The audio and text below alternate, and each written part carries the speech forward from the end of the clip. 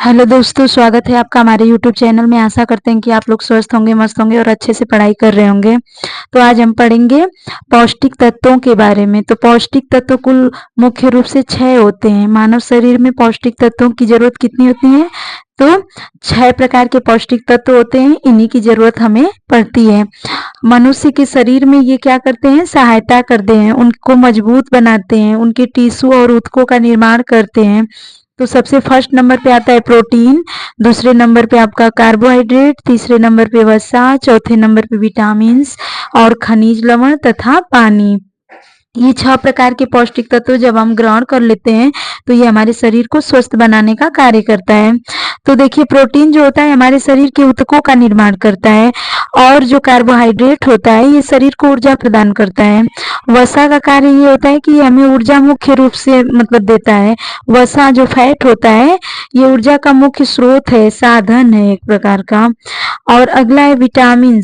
Vitamin शरीर की विभिन्न प्रक्रियाओं को नियंत्रित करता है तथा हमें स्वस्थ रखने में महत्वपूर्ण भूमिका निभाता है। खनिज लवण क्या होते हैं? तो ये हमारी हड्डियों को, इसमें जो कैल्शियम पाया जाता है ये हमारे हड्डियों को मजबूती प्रदान करता है, रक्त परिसंचरण को और शारीरिक कार्यों के लिए महत्वपूर्ण भूमिका निभाते हैं। और पानी जो होता है ये हमारे शरीर के सभी कार्यों के लिए आवश्यक है। जल ही जीवन है, आप सुने हैं ना, तो ये भी एक प्रकार का न्यूट्रिशन है। तो 6 प्रकार के न्यूट्रिशन जो हम ग्रहण करते हैं यही हमारे शरीर में जा करके हमें स्वस्थ रखता है और शरीर का ग्रोथ और डेवलपमेंट करता है। ग्रोथ मतलब वृद्धि करता है, डेवलपमेंट मतलब विकास करता है। और प्रोटीन जो होता है किससे बना है? तो प्रोटीन का मतलब प्रथम स्थान प्राप्त करने वाला पौष्टिक तत्व, सबसे फर्स्ट नंबर पे प्रोटीन को रखा जाता है। तो प्रोटीन ग्रीक भाषा के प्रोटियास से बना है। पूछा जाएगा कि प्रोटीन किस भाषा का शब्द है? तो ग्रीक भाषा का।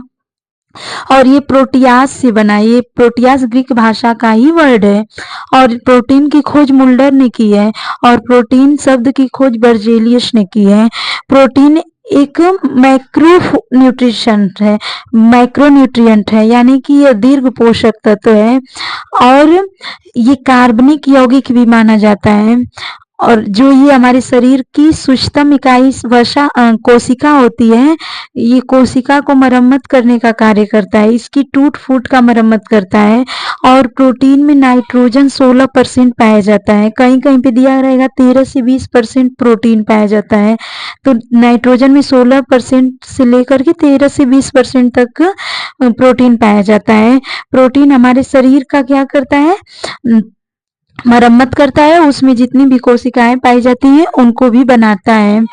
प्रोटीन जो है 1 ग्राम अगर मनुष्य ग्रहण करता है तो उसे 4.2 कैलोरी मिलती है। और जो प्रोटीन होता है इसकी कमी अगर बच्चे में हो जाती है तो उसको क्वाशियोकोर रोग हो जाता है बच्चे को। क्वाशियोकोर रोग जो होता है, बच्चे के अंदर जितनी भी चमक होती है, जो स्किन में उसकी चमक होती है उसको खत्म कर देता है, उसकी स्किन एकदम सूखी हो जाती है, मांसपेशियां एकदम खत्म हो जाती है, मसल्स बनना ही खत्म हो जाता है और उसका जो पेट होता है वो बाहर की ओर निकल जाता है। मैरास्मस रोग भी प्रोटीन की कमी से होता है, इसमें भी जो होती है बच्चे की मसल्स एकदम सूख जाती है। और सभी प्रोटीन में नाइट्रोजन पाया जाता है। जीवद्रव्य कोशिकाओं या ऊतकों का निर्माण प्रोटीन से ही होता है। मनुष्य का शरीर जो है 15% प्रोटीन से ही बना होता है। मनुष्य के शरीर का 15% भाग प्रोटीन से निर्मित होता है।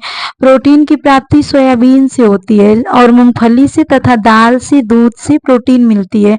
सबसे ज्यादा प्रोटीन हमें सोयाबीन से मिलती है। और प्रोटीन एक कार्बनिक यौगिक है और 20 एमिनो एसिड से मिलकर प्रोटीन बनता है। प्रोटीन का उत्पादन स्थल राइबोसोम में है, राइबोसोम में ही इसका उत्पादन होता है। प्रोटीन का फैक्ट्री राइबोसोम को ही कहा जाता है। यकृत में उत्पादन होने वाला जो प्रोटीन है ये 2 प्रकार का होता है। यकृत को हम लीवर भी बोलते हैं। मानव शरीर की सबसे बड़ी ग्रंथि भी यकृत ही है। यकृत में ही पूरा भोजन हमारा जाता है और छोटी आंत में जाकर के सही तरीके से डाइजेस्ट होता है। तो देखिए, यकृत में उत्पादन होने वाला जो प्रोटीन है उसका नाम है फाइब्रिनोजन और हिपैरिन, यानी कि 2 प्रकार के जो प्रोटीन होते हैं हमारे यकृत में पाए जाते हैं। फाइब्रिनोजेन जो होता है ये रक्त को थक्का बनाता है, यानी कि रक्त को थक्का बनाने में मदद करता है।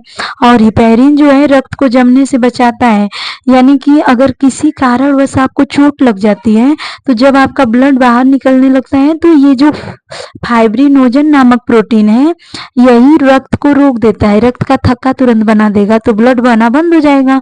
और हिपैरिन जो होता है ये भी एक प्रकार का प्रोटीन होता है, ये रक्त को जमने से रोक देता है, यानी कि अगर आपका ब्लड सर्कुलेशन सही तरीके से नहीं हो रहा है तो ब्लड सर्कुलेशन को क्या करता है, ये जमने से रोक देता है, अच्छे तरीके से ब्लड सर्कुलेट कर पाता है, वहाँ पे ब्लड थक्का नहीं बनता है, नहीं तो ब्लड सर्कुलेशन नहीं होगा तो प्रॉब्लम आ जाएगा।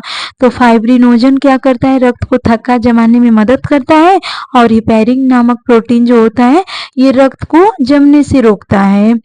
और आज के लिए इतना ही, तो आप कल पढ़ाएंगे आप लोग को कार्बोहाइड्रेट।